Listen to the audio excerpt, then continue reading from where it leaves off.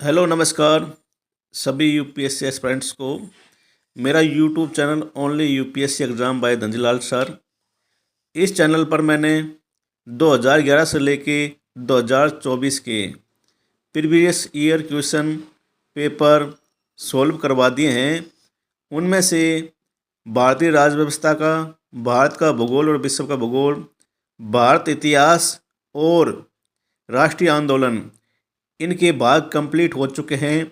अब मैं भारतीय अर्थव्यवस्था पढ़ा रहा हूँ और मेरा उद्देश्य ये है कि एग्ज़ाम के समय आप इनको कम समय में देख के चले जाए और उससे पहले भी पढ़ेंगे तो पता लग जाएगा कि क्वेश्चन कहाँ से बनते हैं। निम्नलिखित कथनों पर विचार कीजिए। ऑप्शन 1, यूएस फेडरल रिजर्व की सख्त मुद्रा नीति पूंजी पलायन की ओर ले जा सकती है। ऑप्शन 2, पूंजी पलायन वर्तमान विदेशी वाणिज्यिक ऋण ग्रहण एक्सटर्नल कॉमर्शियल बोरोइंग वाली फर्मों की ब्याज लागत को बढ़ा सकता है। ऑप्शन 3, घरेलू मुद्रा का अवमूल्यन एक्सटर्नल कॉमर्शियल बोरोइंग ईसीबी से संबंध मुद्रा जोखिम को घटाता है। ये उपयुक्त कथनों में से कौन सा सही है? तो इसमें राइट आंसर है ऑप्शन ए। ऑप्शन 1 और 2 दोनों सही है, जबकि घरेलू मुद्रा का अवमूल्यन ईसीबीएस से संबंध मुद्रा जोखिम को बढ़ाता है, घटाता नहीं है, इसलिए ऑप्शन 3 गलत है। एक बार हम इसकी व्याख्या देख लेते हैं। सख्त या संकुचनकारी मौद्रिक नीति एक मौद्रिक उपाय है जिसका अर्थ है कि केंद्रीय बैंक द्वारा मौलिक विस्तार की दर में कमी है। एक सूक्ष्म आर्थिक उपकरण है जिसे केंद्रीय बैंकों या सरकारी हस्तक्षेपों द्वारा निर्मित की गई उद्गामी मुद्रास्फीति या अन्य आर्थिक विकृतियों से निपटने हेतु डिजाइन किया गया है। दूसरा, केंद्रीय बैंक छूट दर और संघीय निधि दर में नीतिगत परिवर्तनों के माध्यम से अल्पकालिक ब्याज दरों को बढ़ाकर नीति को मजबूत करता है या पैसे को तंग करता है। नेक्स्ट क्वेश्चन, निम्नलिखित तथ्यों पर विचार कीजिए। ऑप्शन 1, भारत में साख क्षमता निर्धारण एजेंसियां क्रेडिट रेटिंग एजेंसीज भारतीय रिजर्व बैंक द्वारा विनियमित होती है। ऑप्शन 2, आईसीआरए नाम से जाने वाली क्षमता निर्धारण एजेंसी एक पब्लिक लिमिटेड कंपनी है। ऑप्शन 3, ब्रिकबर्ग रेटिंग्स एक भारतीय साख क्षमता निर्धारण एजेंसी है। उपरोक्त कथनों में से कौन सा सही है? तो इसमें राइट आंसर है ऑप्शन बी। ऑप्शन 2 और 3 दोनों सही है, जबकि क्रेडिट रेटिंग एजेंसी ऑप्शन 1 इसमें रिजर्व बैंक द्वारा विनियमित नहीं होती है। ये सेबी द्वारा विनियम भारतीय प्रतिभूति और विनियम बोर्ड अधिनियम 1992 के द्वारा विनियमित होती है। Next question, bank board bureau के संदर्भ में निम्नलिखित में से कौन सा कथन सही है? ऑप्शन 1, आरबीआई का गवर्नर बैंक बोर्ड ब्यूरो का चेयरमैन होता है। ऑप्शन 2, बैंक बोर्ड ब्यूरो सार्वजनिक क्षेत्र बैंकों के अध्यक्षों के चयन के लिए संस्तुति करता है।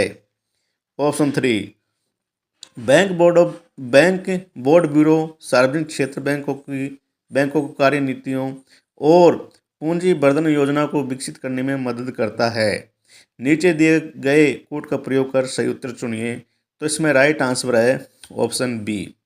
ऑप्शन 2 और 3 दोनों सही है, जबकि ऑप्शन ए ऑप्शन 1 गलत है, क्योंकि आरबीआई का गवर्नर बैंक बोर्ड ब्यूरो का चेयरमैन नहीं होता है।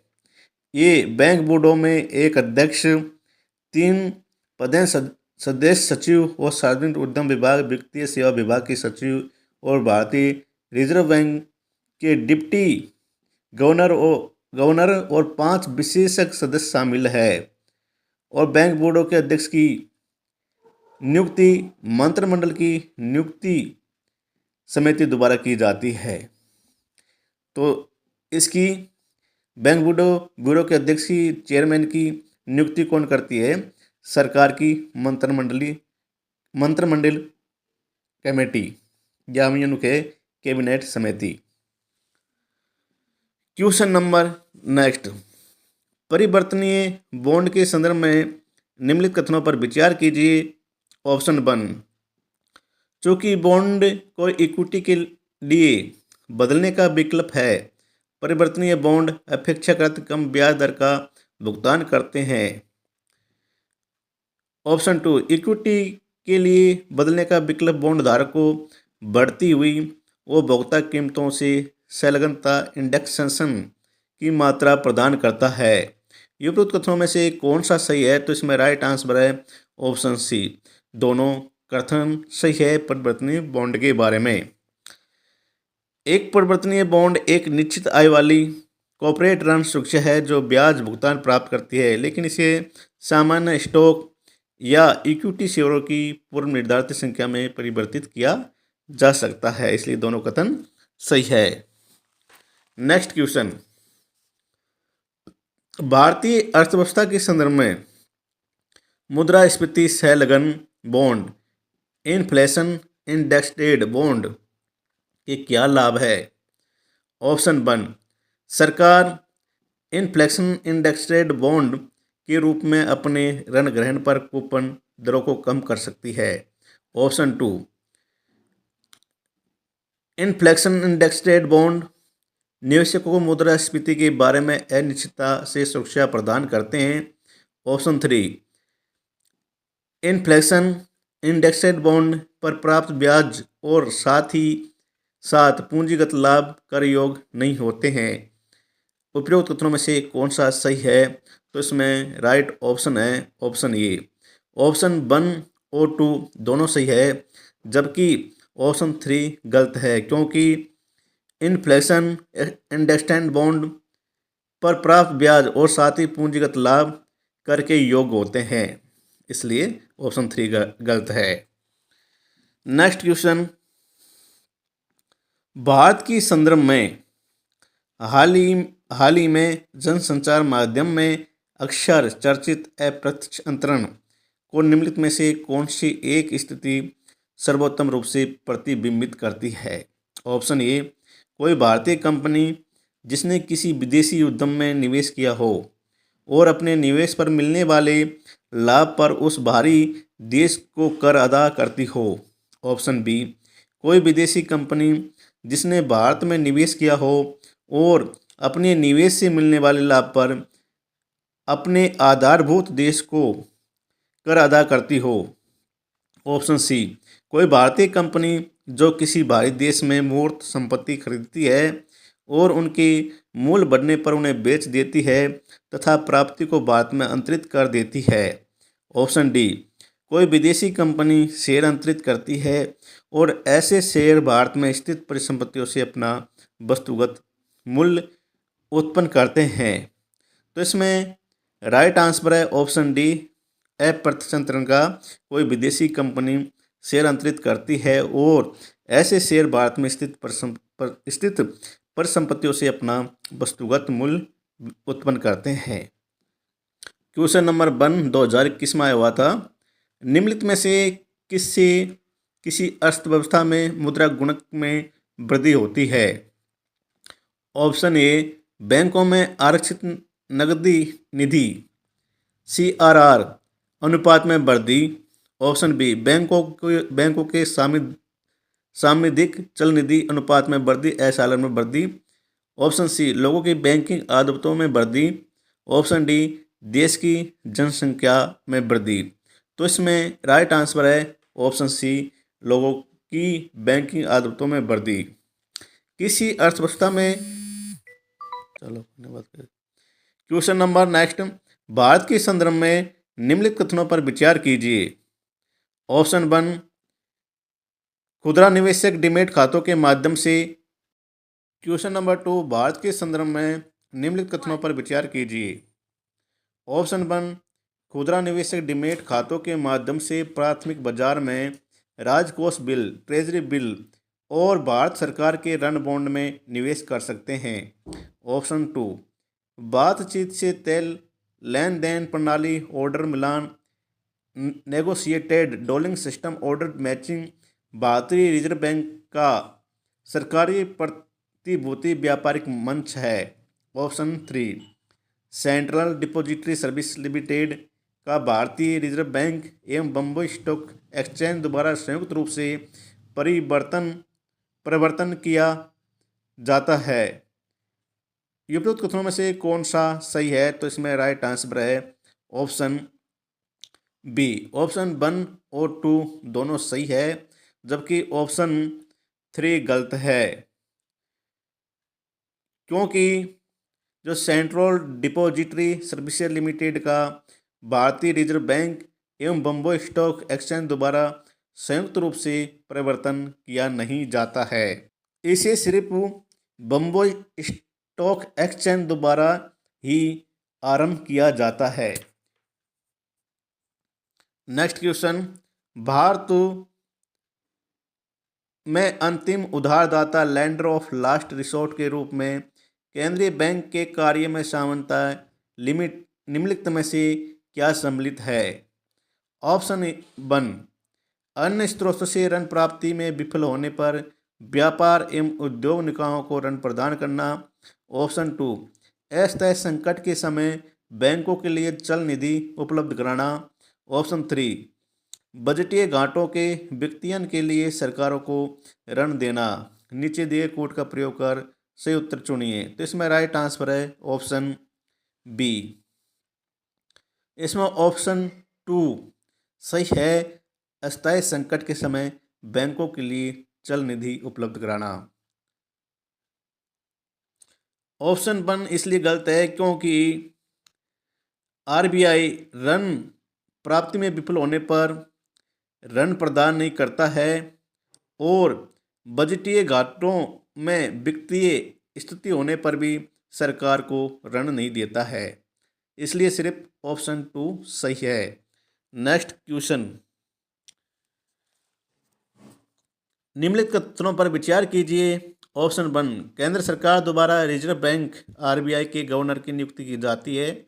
ऑप्शन 2 भारतीय संविधान के कतिपय प्रावधान केंद्र सरकार को जनहित में आरबीआई को निर्देश देने का अधिकार देते हैं। ऑप्शन 3 आरबीआई का गवर्नर अपना अधिकार पावर आरबीआई अधिनियम से प्राप्त करता है। उपयुक्त कथनों में से कौन सा सही है? तो इसमें राइट आंसर है ऑप्शन सी। ऑप्शन 1 और 3 सही है, जबकि ऑप्शन 2 गलत है, क्योंकि भारतीय संविधान के अनुसार केंद्र सरकार जनहित में आरबीआई को निर्देश देने का अधिकार नहीं देते हैं। ये भारतीय रिजर्व बैंक अधिनियम 1934 की धारा 7 के अनुसार केंद्र सरकार बैंक की गवर्नर के परामर्श से समय समय पर बैंक को जनहित में आवश्यक निर्देश दे सकते हैं। वो भारतीय संविधान के अनुसार नहीं देती है, सिर्फ रिजर्व बैंक अधिनियम के अनुसार देती है। Next question, question number 5 Bharat में नियोजित अनियत मजदूरों के संदर्भ में निम्नलिखित कथनों पर विचार कीजिए। ऑप्शन 1 सभी अनियत मजदूर कर्मचारी भविष्य निधि सुरक्षा के हकदार हैं। ऑप्शन 2 सभी अनियत मजदूर नियमित कार्य समय एवं समयोपरि भुगतान के हकदार है।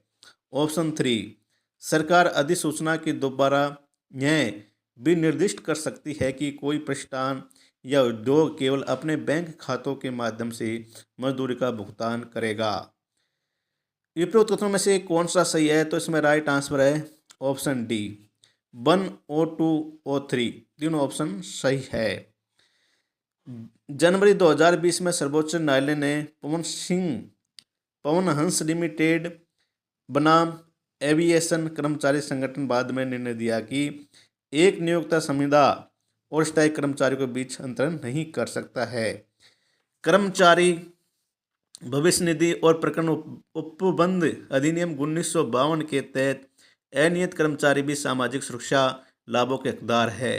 उल्लेखनीय है कि इस अधिनियम को सामाजिक सुरक्षा संहिता 2020 में अन्य 8 कानूनों के साथ समाहित कर दिया है। अतः कथन 1 भी सही है और कथन 2 भी सही है और कथन 3 भी सही है।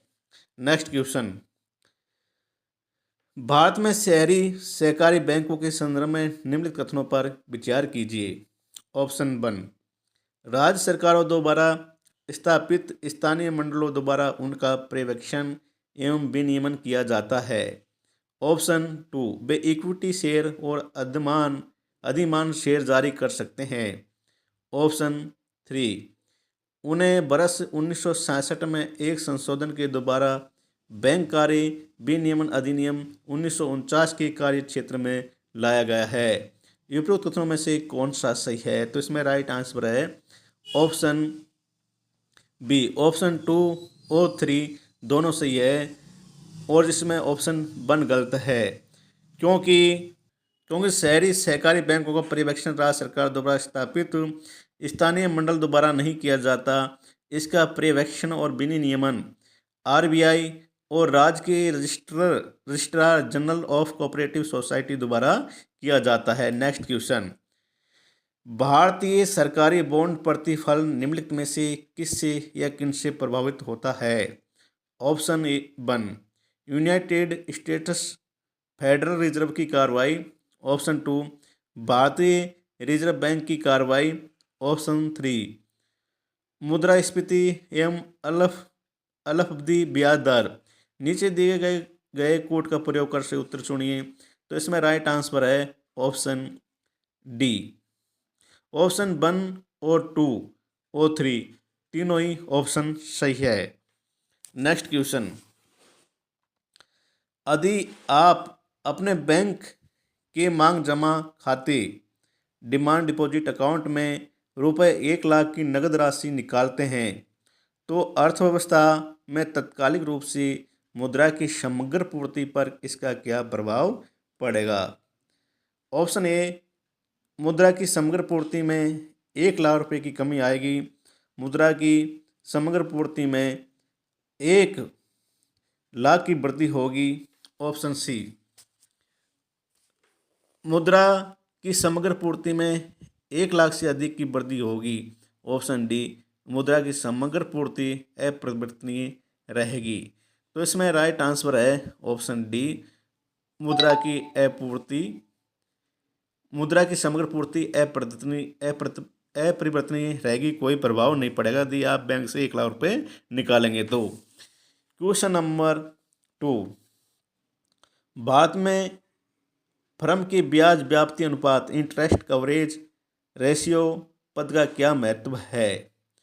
ऑप्शन ए, यह उस फर्म जिससे बैंक ऋण देने जा रहा है कि वर्तमान जोखिम को समझने में मदद करता है। ऑप्शन 2, यह उस फर्म जिसे बैंक ऋण देने जा रहा है कि आने वाले जोखिमों के मूल्यांकन में मदद करता है। ऑप्शन 3, उधार लेने वाली फर्म का ब्याज व्याप्ति अनुपात जितना अधिक होगा उसकी ऋण समाशोधन क्षमता उतनी खराब होगी। नीचे दिए गए कोड का प्रयोग कर सही उत्तर चुनिए। तो इसमें राइट आंसर है ऑप्शन ए। ऑप्शन 1 और 2 दोनों सही है, जबकि ऑप्शन 3 गलत है, क्योंकि उधार लेने वाली फर्म का ब्याज व्याप्ति अनुपात जितना अधिक होगा उसकी ऋण समाशोधन क्षमता उतनी अधिक सुदृढ़ होगी। नेक्स्ट क्वेश्चन, भारतीय अर्थव्यवस्था के संदर्भ में निम्नलिखित कथनों पर विचार कीजिए। ऑप्शन 1, वाणिज्यिक पत्र कॉमर्शियल पेपर अल्पकालीन प्रतिभूति रहित वचन पत्र है। ऑप्शन 2, जमा प्रमाण पत्र सर्टिफिकेट ऑफ डिपॉजिट भारतीय रिजर्व बैंक द्वारा किसी निगम को निर्गत किए जाने वाला दीर्घकालीन प्रपत्र है। ऑप्शन 3, शीघ्रावधि द्रव्य कॉल मनी अंतरबैंक लेन देनों के लिए प्रयुक्त अल्प अवधि का वित्त है। ऑप्शन 4, शून्य coupon bond zero coupon bond अनुसूचित व्यापारिक बैंकों द्वारा निगमों को निर्गत किए जाने वाला ब्याज सहित अल्पकालीन बॉन्ड है। ये उपरोक्त कथनों में से कौन सा सही है? तो इसमें राइट आंसर है ऑप्शन सी। इसमें ऑप्शन 1 और 3 दोनों सही है, जबकि ऑप्शन 2 जो सर्टिफिकेट ऑफ डिपॉजिट जमा प्रमाण पत्र है वो एक दीर्घकालीन प्रपत्र नहीं है, ये अल्पकालीन प्रपत्र है। और जो शून्य कोपन बुंड है ये दीर्घकालीन प्रपत्र है। इसलिए ऑप्शन 1 और 4, ऑप्शन 2 और 4 गलत है। नेक्स्ट क्वेश्चन, यदि आरबीआई प्रसारवादी मौद्रिक नीति का अनुसरण करने का निर्णय लेता है तो वह निम्नलिखित में से क्या नहीं करेगा। प्रसारवादी मौद्रिक नीति जब कब करता है, जब महंगाई बढ़ रही हो। ऑप्शन 1 वैधानिक तरलता अनुपात को घटाकर उसे अनुकूलित करना, सीमांत स्थायी सुविधा दर को बढ़ाना, बैंक दर को घटाना तथा रेपो दर को भी घटाना। नेक्स्ट क्वेश्चन, नीचे दिए गए कोड का प्रयोग कर सही उत्तर चुनिए। तो इसमें राइट आंसर है ऑप्शन बी। ऑप्शन 2 सही है, सीमांत स्थायी सुविधा दर MSF को बढ़ाना। अर्थव्यवस्था में समग्र मांग एवं आर्थिक समृद्धि को बढ़ाने के लिए ब्याज दरों में कटौती कर मुद्रा की आपूर्ति को बढ़ाना ही प्रसारवादी मौद्रिक नीति का अनुसरण कहलाता है। वैधानिक तरलता अनुपात, नगद आरक्षित अनुपात, बैंक दर एवं रेपो दर, रिवर्स रेपो दर एवं सीमांत स्थायी सुविधा दर आदि को घटाकर अर्थव्यवस्था में तरलता में वृद्धि, परिणाम स्वरूप समग्र मांग में वृद्धि की जा सकती है। वहीं इसके विपरीत नीति संकुचनकारी मौद्रिक नीति कहलाती है, जिसमें उपयुक्त अनुपातों एवं दरों में वृद्धि की जाती है। नेक्स्ट क्वेश्चन, निम्नलिखितों पर विचार कीजिए। ऑप्शन 1 कृषि क्षेत्र को अल्पकालीन साख प्रदान करने के संदर्भ में जिला केंद्रीय सहकारी बैंक अनुसूचित वाणिज्य बैंक को एवं क्षेत्रीय ग्रामीण बैंकों की तुलना में अधिक ऋण देते हैं। ऑप्शन 2 जिला केंद्रीय सहकारी बैंक का एक सबसे प्रमुख कार्य प्राथमिक कृषि साख समितियों को निधि उपलब्ध कराना है। उपयुक्त कथनों में से कौन सा सही है। तो इसमें राइट आंसर है ऑप्शन बी। जो ऑप्शन 2 है वो सही है, जबकि ऑप्शन 1 गलत है, क्योंकि जिला केंद्रीय सहकारी बैंक अनुसूचित वाणिज्यिक बैंक को एवं क्षेत्रीय ग्रामीण बैंकों की तुलना में कम ऋण देते हैं, इसलिए इसमें अधिक बोल रखा है, इसलिए गलत है। हेलो साथियों, थैंक यू सो मच। मेरा YouTube channel only UPSC exam by Dhanjilal sir, इस चैनल को आप लाइक, सब्सक्राइब और शेयर करें। बीच में इसलिए मैं फालतू का नहीं बोलता हूँ, क्योंकि आपका टाइम खराब ना हो, आपका समय इम्पोर्टेंट होता है। Thank you so much.